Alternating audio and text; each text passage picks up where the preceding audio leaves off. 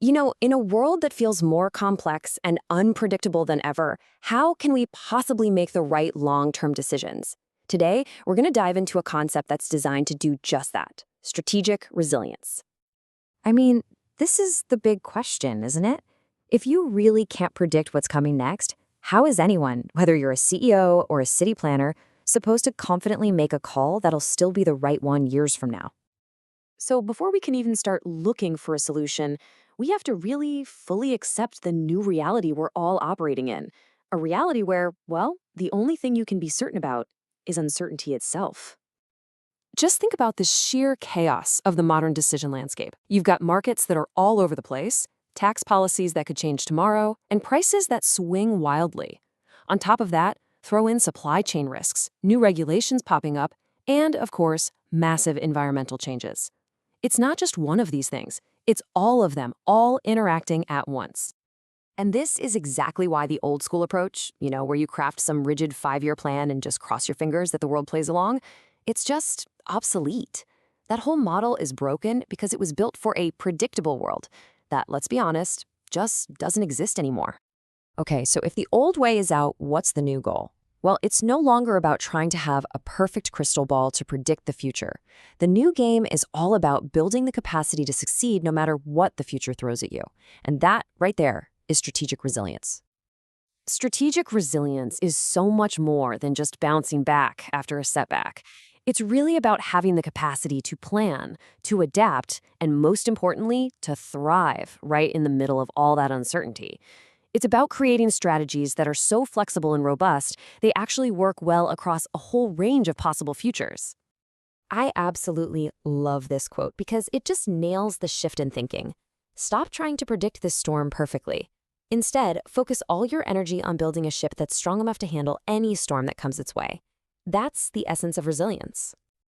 This slide here really breaks it down perfectly. On one side, you have the old approach.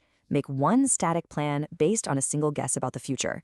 But on the other side, you have the resilient approach. You use scenario planning to explore multiple possible futures.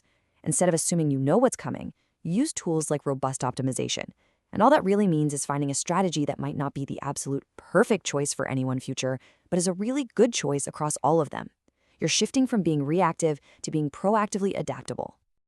So this all sounds great, but how do we actually do it? How do we build that stronger ship? Well, it takes a whole new decision-making toolkit, one that combines powerful new tech with a much deeper understanding of, well, people.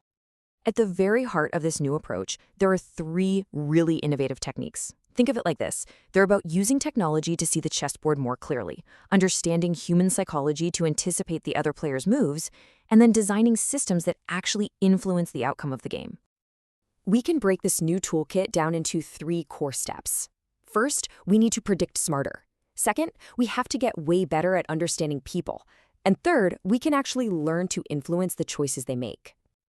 So first up, predict smarter. Now, this isn't about using AI to magically find the one correct future. Not at all.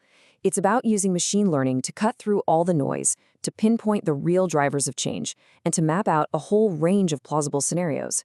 It basically turns chaos into a set of different paths that we can actually plan for. Number 2 is understand people. Analytics can tell you what's happening. But behavioral economics, that's what helps us understand why.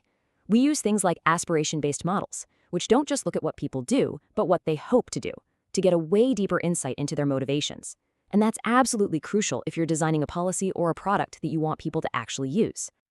And that leads us straight to our third tool: influence choices. See, once you understand what makes people tick, you can design smarter incentives to gently nudge their behavior. For example, instead of, say, a fixed $50 rebate, a company might offer a probabilistic reward, like a 1 in 100 chance to win $5,000. It can actually be way more effective at shifting behavior toward outcomes that are good for everyone. So, when you put all of these pieces together, what does it really mean for the future of how we make big, important decisions? Okay, so if you take one thing away from this, it should be this. The future of making truly great decisions isn't just about having better AI, and it's not just about having deeper human insight. It's about the powerful combination of the two. This blend of machine intelligence and human understanding, that's the engine that drives strategic resilience. And this leaves us with one final and maybe the most important question of all. As these incredible tools for strategic resilience become more powerful and more accessible, our ability to tackle massive global challenges, it just grows exponentially. So the question isn't really can we build a better future anymore, it's which one will we choose to build first?